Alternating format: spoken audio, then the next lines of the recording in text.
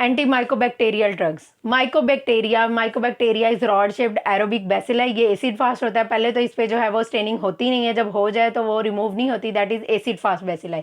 ठीक है, rod shape bacteria होता है और ये जो है ना स्लोली मल्टीप्लाई होता है। तो ये जो डिजीज या इन्फेक्शन कॉज करेगा उसके लिए फिर लॉन्ग ट्रीटमेंट रिक्वायर होगा, क्यों मंथ्स और ईयर्स का ट्रीटमेंट रिक्वायर होगा, बिकॉज इट मल्टीप्लाई स्लोली।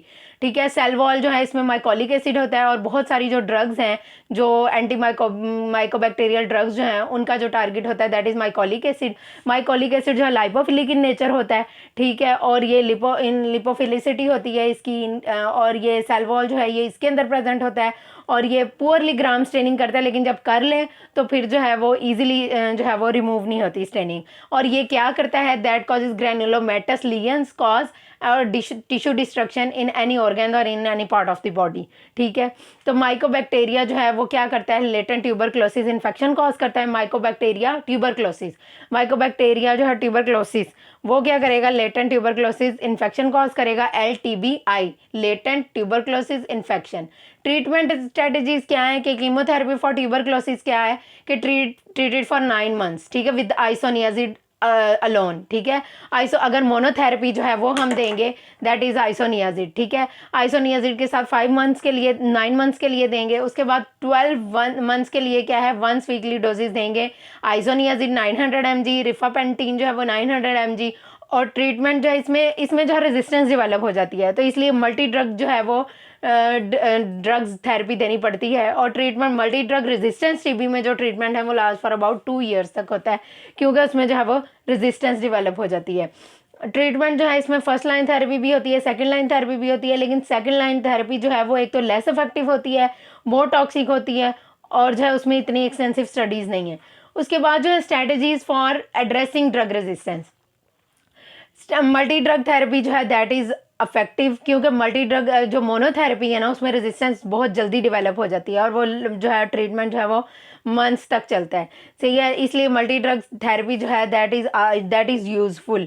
ये क्या करती है, रेजिस्टेंस को सप्रेस करती है ऑर्गेनिज्म की। फर्स्ट लाइन ड्रग्स कौन कौन सी हैं, आइसोनियाजिड है, रिफेम्पिन है, थेम्ब्यूटोल और पायराजिनामाइड है। That is the group of drugs that is the first line drugs that has the high efficacy and और इसके अलावा जो है इनकी टॉक्सिसिटी जो है वो कम होती है। रिफाब्यूटिन और रिफापेंटीन, सही है, ये जो है ये ड्रग्स जो है ये रिप्लेस कर सकती हैं रिफेम्पिन को अंडर सर्टन सर्कमस्टांसिस। ठीक है, एक्टिव डिजीज जो है वो ऑलवेज जो है वो ट्रीट करते होती है विद द मल्टी ड्रग्स। ठीक है, मल्टी ड्रग्स 4 ड्रग्स हैं that are the multi drug therapy. ठीक है, तो जो एक्टिव डिजीज होगी वो इससे ट्रीट होगी जिसमें 2 और मोर ड्रग्स होंगी। ठीक है, उसके अलावा स्टैंडर्ड शॉर्ट कोर्सेज हैं। शॉर्ट कोर्सेज थेरेपी में एक इंटेंसिव फेज होती है और एक कंटिन्यूएशन फेज होती है। इंटेंसिव फेज होती है फॉर 2 मंथ्स, कंटिन्यूएशन फेज फिर आगे 4 मंथ्स की होती है। ठीक है, इंटेंसिव फेज ट्यूबरक्लोसिस में जो है आइसोनियाजिड है, रिफेम्पिन है, थेम्ब्यूटोल है, पैराजिनामाइड है। ठीक है, और इसमें जो है फिर followed by isoniazid and rifampin for 4 months. पहले 2 मंथ्स जो है ये हमने ये ग्रुप ऑफ ड्रग्स देना है, उसके बाद जो कंटिन्यूएशन फेज में आइसोनियाजिड और रिफेम्पिन का कॉम्बिनेशन देना है for 4 months. Multi drug resistance TB में जो है वो ड्रग्स कौन कौन सी, अमाइनोग्लाइकोसाइड है, कैप्रियोमाइसिन है, फ्लोरोक्विनोलोन है। इसके अलावा जो है एक्टिव ड्रग्स के साथ अगर हम ऐड करना है, अगर रेजिस्टेंस डेवलप हो रही है, मजीद रेजिस्टेंस डेवलप हो रही है, तो साइक्लोसिरीन या जो है पैरामाइनोसैलिसाइलिक एसिड ऐड करेंगे। For extensive multi drug resistance treatment क्या है कि उसमें क्लोफेजिमीन और लिंजोलाइड भी ऐड करनी पड़ेगी। Bacteria is resistance to that drugs. ठीक है, उसके बाद एक टर्म है दैट इज द डॉट होती है directly observe therapy. Dot is directly observe therapy. Directly observe therapy ये होती है कि जो है ना पेशेंट जो है वो थेरेपी के साथ, जब पेशेंट का ट्रीटमेंट चल रहा होता है तो मल्टी ड्रग रेजीम के साथ चल रहा होता है, तो उसमें जो है वो आहिस्ता आहिस्ता जो है वो रेजिस्टेंस डेवलप होना शुरू हो जाती है। क्योंकि ये बैक्टीरिया स्लोली ग्रोइंग है तो ये स्लोली ग्रो होता रहता है, तो इस तरह जो है ये रेजिस्टेंस डेवलप करता रहता है। एक दफ़ा जो है वो सक्सेसफुल स्ट्रेटजी जो है वो बेटर ट्रीटमेंट जो है वो स्टार्ट हो जाए तो वो जो है वो क्या होती है कि उसको जो है वो चेक किया जाता है। पेशेंट के एक टीम होती है, हेल्थ केयर टीम होती है दैट वॉच द पेशेंट कि वो मेडिकेशन ले रहा है और उसमें जो है वो क्या क्या जो है वो सिम्टम्स अभी तक आ रहे हैं, तो वो जो ऑब्जर्व करेगा, रेजिस्टेंस को ऑब्जर्व करेगी टीम। डॉट जो है वो उस ये इसलिए यूज़फुल है डायरेक्टली ऑब्जर्व थेरेपी इसलिए यूज़फुल है कि इससे क्या है, तो ड्रग रेजिस्टेंस डिक्रीज हो जाती है और क्योर रेट जो है वो इम्प्रूव हो जाता है। तो बहुत से हेल्थ केयर डिपार्टमेंट में जो है वो डॉट सर्विसेज अवेलेबल होती हैं। Chemotherapy for TB means treatment for tuberculosis. Tuberculosis caused by Mycobacterium tuberculosis. Mycobacterium tuberculosis causes tuberculosis and also called leprosy. ठीक है, तो इसमें जो है वो माइकोबैक्टीरियम ट्यूबरक्लोसिस जो है वो स्लोली ग्रोइंग होता है और ये जो है इसका ट्रीटमेंट जो है वो मंथ्स टू ईयर्स लग जाते हैं because it is slowly growing. LTBI means latent tuberculosis infection, वो जो है ट्रीट होती है for the 9 months with the combination of 4 drugs that are the first line drugs. Isoniazid, rifamycin are the class of drug and the pyrazinamide and ethambutol. Rifamycin में आगे 3 drugs की types हैं, तो वो जो है जो डिपेंड्स अपॉन द कंडीशन। ठीक है, तो इसके अलावा जो है अगर आइसोनियाजिड जो है वो मोनोथेरेपी में दें तो फिर 12 वंस वीकली डोजेज जो है आइसोनियाजिड की 900 mg और रिफापेंटिन की जो है वो 900 mg जो है वो डोज चलेगी। ठीक है, एक्टिव टीबी डिजीज़ जो है वो ट्रीट हो जाती है विद दी सेवरल ड्रग्स। ठीक है, मोनोथेरेपी से भी ट्रीट हो सकती है, लेकिन उसमें यह है कि रेजिस्टेंस डेवलप हो जाती है। लेकिन मल्टी ड्रग रेजिस्टेंस टीबी जो है वो टिपिकली जो है वो 2 years उसका ट्रीटमेंट जो है वो चलता है। तो आइसोनियाजिड जो है, सबसे पहले we discuss about the isoniazid. Isoniazid जो है वो अलोंग विद रिफेम्पिन, ठीक है, इनमें से रिफेम्पिन जो है along with rifampin is one of the 2 most important drugs of TB. Mechanism of action क्या है आइसोनियाजिड का? आइसोनियाजिड जो है वो इनएक्टिव फॉर्म में होती है, that is the pro drug होती है, इनएक्टिव फॉर्म में होती है, रीएक्टिवेटेड होती है by the mycobacterial catalase peroxidase, kat ji.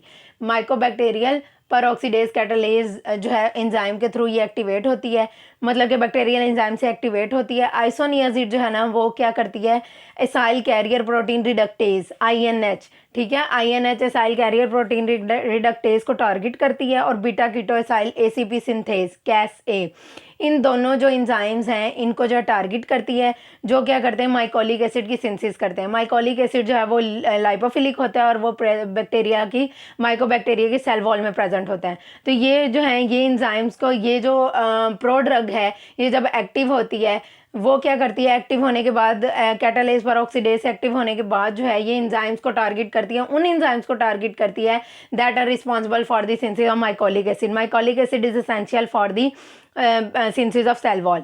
Synthesis फिर क्या होगा कि डिस्टर्ब हो जाएगी बैक्टीरियल सेल वॉल और बैक्टीरिया जो है वो डेड हो जाएगा। सही है, तो वो एंजाइम्स कौन कौन से हैं जिनको टारगेट करती है, that is the acyl carrier protein reductase and beta keto acyl ACP। ठीक है, इसके बाद एंटीबैक्टीरियल स्पेक्ट्रम क्या है कि आइसोनियाजिड जो है वो स्पेसिफिक होती है for the treatment of TB, ठीक है, माइकोबैक्टीरियम ट्यूबरक्लोसिस के लिए। सही है, और इसके अलावा जो है वो ड्रग जो है पर्टिकुलरली इफेक्टिव होती है against the rapidly growing bacilli जो रैपिडली ग्रोइंग कर रहे हों, और एक्टिव होती है अगेंस्ट द इंट्रासेल्यूलर ऑर्गेनिजम्स। सही है, रेजिस्टेंस कैसे डेवलप हो सकती है, इनमें रेजिस्टेंस डेवलप हो जाती है, फिर जो है मोनोथेरेपी इफेक्टिव नहीं रहती। तो रेजिस्टेंस कैसे डेवलप होती है, रेजिस्टेंस जो है वो क्रोमोसोम्स में म्यूटेशन से रेजिस्टेंस डेवलप होगी, क्रोमोसोमल म्यूटेशन हो जाएगी। कैसे म्यूटेशन होगी, 3 तरह से म्यूटेशन हो सकती है। एक तो म्यूटेशन या डिलीशन ऑफ CAT-G, इसकी जो है या म्यूटेशन हो जाएगी, ठीक है, ड्रग एक्टिव ही नहीं होगी। सही है, इसकी म्यूटेशन से CAT-G, ठीक है, इसकी म्यूटेशन से जो है वो क्या होगा कि वो या डिलीशन हो जाएगी इसकी CAT-G की, उससे क्या होगा कि प्रो ड्रग रहेगी, ड्रग एक्टिवेट नहीं होगी, तो अपना इफेक्ट क्या शो करेगी। दूसरा है कि varying mutation of acyl carrier protein, या जो है ये जो प्रोटीन जो हैं जो एंजाइम्स हैं जो that are responsible for the synthesis of mycolic acid, जो एंजाइम्स हैं इनमें म्यूटेशन हो जाएगी। सही है, तीसरा क्या है कि ओवर एक्सप्रेशन हो जाएगा टारगेट एंजाइम्स का, जो इसके माइकोलिक एसिड सिंथेसिस के जो एंजाइम्स हैं या तो उनमें म्यूटेशन हो जाएगी या वो जो है वो क्या कर उनका ओवर एक्सप्रेशन हो जाएगा, उनकी सिंथेसिस जो है वो ड्रग की डोज से ज़्यादा हो जाएगी, दैट कॉज द रेजिस्टेंस, तो फिर ड्रग जो है इनइफेक्टिव हो जाएगी। ठीक है, 3 पॉइंट है। एक तो ये कि CAT-G है, CAT-G की म्यूटेशन हो जाएगी तो ड्रग एक्टिव नहीं होगी, क्योंकि ड्रग ने प्रो ड्रग होती है, इनएक्टिव फॉर्म में होती है, ड्रग ने एक्टिवेट ही जो है वो सेल कैरियर प्रोटीन से होना होता है। उसके बाद जो है वो या तो है वो कि माइकोलिक एसिड के जो एंजाइम्स हैं जिनको ड्रग ने टारगेट करना है वही जो है उनमें म्यूटेशन हो जाएगी या उनका ओवर एक्सप्रेशन हो जाएगा, that are the 3 main causes of resistance. उसके बाद फार्माकोकाइनेटिक्स है, आइसोनियाजिड जो है रैपिडली एब्जॉर्ब होती है आफ्टर ओरल एडमिनिस्ट्रेशन, एब्जॉर्प्शन जो इम्पेयर हो सकती है अगर आइसोनियाजिड जो है वो फूड के साथ ली जाए या हाई फैट मील के साथ, क्योंकि माइकोलिक एसिड जो है वो भी लाइपोफिलिक होता है। ड्रग डिफ्यूज़ होती है ऑल द बॉडी फ्लूइड्स में, और ऐसे जो फ्लूइड्स में या नेक्रोटिक टिश्यूज़ में डिफ्यूज़ होती है जो ट्यूबरक्लोसिस लियंस होते हैं जिनमें। और ड्रग कंसंट्रेशन जो है सेरेब्रोस्पाइनल फ्लूइड में और बाकी सीरम्स में सेम होती है। और जब ये मेटाबोलाइज होती है, drug is actively metabolise in liver, जब मेटाबोलाइज होती है that undergo an acetylation and hydrolysis to inactive product. ठीक है, इसकी लिवर में एसिटाइलेशन होती है और ये जो है इनएक्टिव प्रोडक्ट में कन्वर्ट हो जाती है।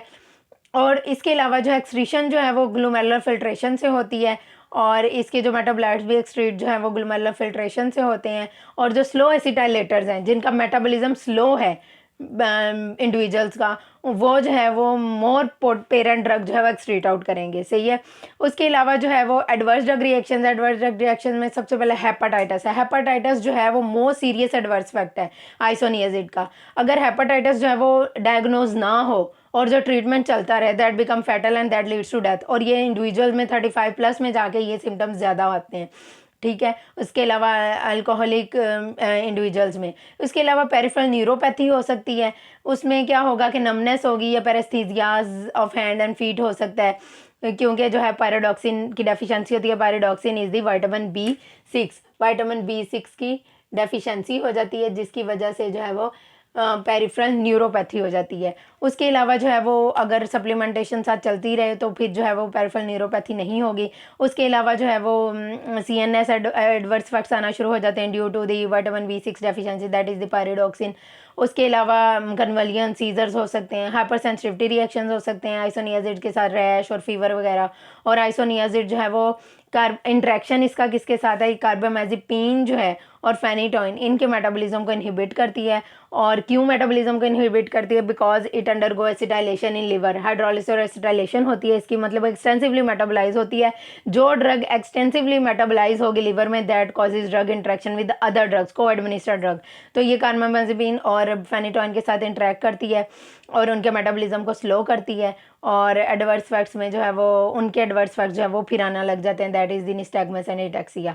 सही है। उसके बाद जो है रिफामाइसिन है। रिफामाइसिन जो है रिफाम्पीन, रिफाब्यूटिन और रिफापेंटीन, ये तीनों जो हैं, रिफाम्पीन, रिफाब्यूटिन और रिफापेंटीन, ये तीनों जो हैं ड्रग्स हैं, रिफामाइसिन हैं। ये जो है स्ट्रक्चरली जो है मैक्रो साइक्लिक जो एंटीबायोटिक्स हैं, मैक्रोलाइड्स हैं, उनसे रिलेटेड, उनसे जो है वो रिजेंबल करते हैं, स्ट्रक्चरली सिमिलर होते हैं। और ये भी फर्स्ट लाइन एजेंट हैं, कम्बिनेशन ऑफ ड्रग्स देते हैं, तो that are the also the first line agent. सबसे पहले हम रिफाम्पीन की बात करेंगे, that is the rifampin mechanism of action. Rifampin क्या करती है? ये क्या करती है? ब्लॉक कर देती है RNA ट्रांसक्रिप्शन को by interact with the beta subunit of RNA polymerase. ठीक है, RNA पॉलीमरेज के साथ इंटरेक्ट करके तो ये क्या करेगी? ट्रांसक्रिप्शन को इनहिबिट कर देगी, RNA की ट्रांसक्रिप्शन इनहिबिट हो जाएगी। सही है। उससे क्या होगा कि जो है वो जब RNA की ट्रांसक्रिप्शन इनहिबिट होगी तो प्रोटीन सिंथेसिस नहीं होगी। एंटीबैक्टीरियल स्पेक्ट्रम क्या है कि बैक्टीरिसिडल होती है और इफेक्टिव होती है against the gram positive and gram negative bacteria, और ये इफेक्टिव होती है अगेंस्ट द मेनिंजाइटिस और जो माइकोबैक्टीरियम लेप्री और लेप्रोसी के अगेंस्ट भी इफेक्टिव होती है। रेजिस्टेंस कैसे डेवलप हो सकती है कि RNA पॉलीमरेज में अगर म्यूटेशन हो जाएगी तो क्या होगा कि रेजिस्टेंस डेवलप हो जाएगी, ड्रग इनफेक्टिव हो जाएगी। फार्माकोकाइनेटिक्स क्या है? वेल एब्जॉर्ब होती है, वेल डिस्ट्रीब्यूटेड होती है in all the body fluids. और डिस्ट्रीब्यूशन जो है रिफेम्पीन की वो CSF में भी होती है 10 to 20% ब्लड कंसनट्रेशन से, और ये जो है वो लिवर में मेटाबोलाइज होती है और एंटीरोहेपेटिक रिसाइकलिंग होती है इसकी। रिफेम्पीन जो है वो इंड्यूस करती है हेपेटिक साइटोक्रोम P450 को। इंड्यूसर्स क्या करते हैं? वो जो है साइटोक्रोम एंजाइम्स के एक्सप्रेशन को इंक्रीज कर देते हैं, जिससे क्या होता है? मेटाबॉलिज्म इंक्रीज हो जाता है और that leads to reduce in the therapeutic concentration. Drug की जो थेरापेटिक मेटाबोलाइज हो जाएगी फ़ौरन, ड्रग की थेरापेटिक कंसंट्रेशन जो है वो डिक्रीज हो जाती है। तो इसका ये ड्रॉबैक है कि इंड्यूस करती है हेपेटिक माइक्रोसोमल एंजाइम्स को और इस तरह ऑटो इंडक्शन कॉज करती है, और इसके अलावा एलिमिनेट होती है in faeces and bile and also in the urine. उसके अलावा एडवर्स ड्रग रिएक्शंस क्या हैं? रिफेम्पीन जो है वो जनरली वेल टॉलरेटेड होती है। कॉमन एडवर्स इफेक्ट जो है वो नोजिया हो सकता है, वॉमिटिंग, और इसमें भी जो हेपेटाइटिस हो सकती है due to the that leads to death और ड्यू टू लिवर फेलियर। और रिफेम्पीन जो है अगर आइसोनियाजिड के साथ को एडमिनिस्टर की जाए तो अब जब रिफेम्पिन जो है इंटरमिटेंटली डोजिंग की जाए उसकी 1.2 ग्राम और ग्रेटर, तो फ्लू लाइक सिम्टम्स आते हैं, फीवर, चिल्स, माइल्जियास वगैरह, और हिमोलिटिक एनीमिया, शॉक वगैरह जो है वो हो सकता है। ड्रग इंट्रैक्शन क्या है, रिफेम्पिन जो है वो क्या करती है, डिक्रीज कर देती है हाफ लाइफ ऑफ को एडमिनिस्टर्ड ड्रग। अगर साथ जो है कोई और ड्रग चल रही है तो रिफेम्पिन जो है वो डिक्रीज कर देगी हाफ लाइफ को। रिफाब्यूटिन जो है वो डेरिवेटिव है रिफेम्पिन का, और ये उन पेशेंट्स में प्रेफर होती है जिनको टीबी के साथ एचआईवी होता है और वो ले रहे होते हैं प्रोटीएज इनहिबिटर्स ले रहे होते हैं या कोई भी रिवर्स ट्रांसक्रिप्टेज इनहिबिटर्स ले रहे होते हैं। तो रिफाब्यूटिन जो है लेस पोटेंट इंड्यूसर है, ये इंड्यूसर नहीं है, मतलब कि हेपेटिक साइटोक्रोम्स को इंड्यूस नहीं करती, मतलब इनके एक्सप्रेशन को इंक्रीज़ नहीं करती। जब एक्सप्रेशन को इंक्रीज़ नहीं करती तो ड्रग का जो थेरापेटिक कंसंट्रेशन है वो सेम रहती है, वो कम नहीं होती। तो इसके अलावा रिफाब्यूटिन का जो एडवर्स इफेक्ट है वो यूवाइटस है, skin hyperpigmentation, neutropenia, decrease in white blood cells, और स्किन की हाइपर पिगमेंटेशन हो सकती है, यूवाइटस हो सकती है। यूवाइटस होती है इन्फ्लेमेशन इन आई, जब इम्यून सिस्टम अटैक करता है हेल्दी आई टिश्यूज़ पे तो इन पे इन्फ्लेमेशन हो जाती है। उसके बाद नेक्स्ट ड्रग इज रिफापेंटीन। रिफापेंटीन जो है ये एक्टिविटी इसकी जो है वो ग्रेटर है देन रिफेम्पिन, और इसके अलावा ये आइसोनियाजिड रिफापेंटीन जो है वो कम्बिनेशन में दी जाती है आइसोनियाजिड के साथ, और ये वंस वीकली दी जाती है इन एलटीबी आई पेशेंट में, मतलब कि लेटेंट ट्यूबरक्लोसिस इन्फेक्शंस में, और जिनको एचआईवी नहीं होता और पल्मोनरी टीबी मिनिमल होता है उनमें जो है ये कम्बिनेशन में दी जाती है विद आइसोनियाजिड वंस वीकली। उसके बाद पायराजिनामाइड है। Pyrazinamide is a synthetic drug, ठीक है, ओरली इफेक्टिव होती है और ये कम्बिनेशन में दी जाती है विद आइसोनियाजिड, रिफामाइसिन की कोई ड्रग, रिफेम्पिन या रिफाब्यूटिन, और पायराजिनामाइड और इथेम्ब्यूटोल, ये कम्बिनेशन में जो है तीनों चार ड्रग्स दी जाती हैं। इसकी एक्टिव फॉर्म जो है पैराजिनोइक एसिड है। ये जो है ये मैकेनिज्म फैक्शन जो है इसका यही है कि पैराजिनामाइड जो है एंजाइमेटिकली हाइड्रोलाइज होती है बाय द एंजाइम पैराजिनामाइडेज। पैराजिनामाइडेज ये भी जो है इनएक्टिव फॉर्म में होती है। पैराजिनामाइडेज एंजाइम से जो है ये एक्टिव होती है इन पैराजिनोइक एसिड में।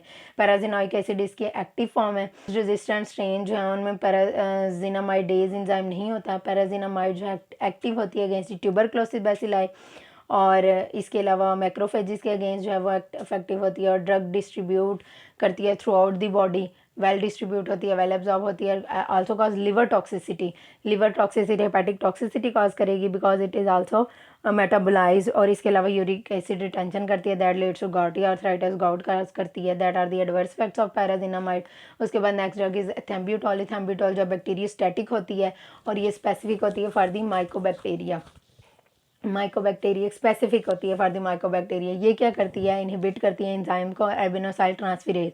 वो क्या करता है, बैक्टीरियल सेल वॉल सिंथेसिस करता है, इसलिए ये उस एंजाइम को इनहिबिट करेगी तो बैक्टीरिया जो है वो डेड हो जाएगा। वेल डिस्ट्रीब्यूट होती है, वेल पेनिट्रेट होती है थ्रू आउट द बॉडी, और सीएनएस में भी इसकी पेनिट्रेशन जो है वो होती है कुछ हद तक, और पेरेंट ड्रग और इसके मेटाबोलाइट्स हैं यूरिन में एक्सक्रीट आउट होते हैं। Most adverse effects is the optic neuritis. Optic neuritis cause करती है और विजुअल एक्यूटी कॉज करती है। विजुअल एक्यूटी होती है ability of the eye to distinguish the shape and detail of the object. इसके अलावा जो है वो कलर डिस्टिंग्विशिंग नहीं होती, रेड और ग्रीन कलर डिस्क्रिमिनेट नहीं हो सकता, ठीक है। और इसके अलावा रीनल इम्पेयरमेंट कॉज करती है। यूरिक एसिड की जो एक्सक्रीशन है उसको डिक्रीज कर देती है, कॉज यूरिक एसिड रिटेंशन, और ये जो है वो गाउट के पेशेंट में जो है वो कॉशंस के साथ दी जा सकती है। But these 4 drugs are the first line drugs for the TB, tuberculosis.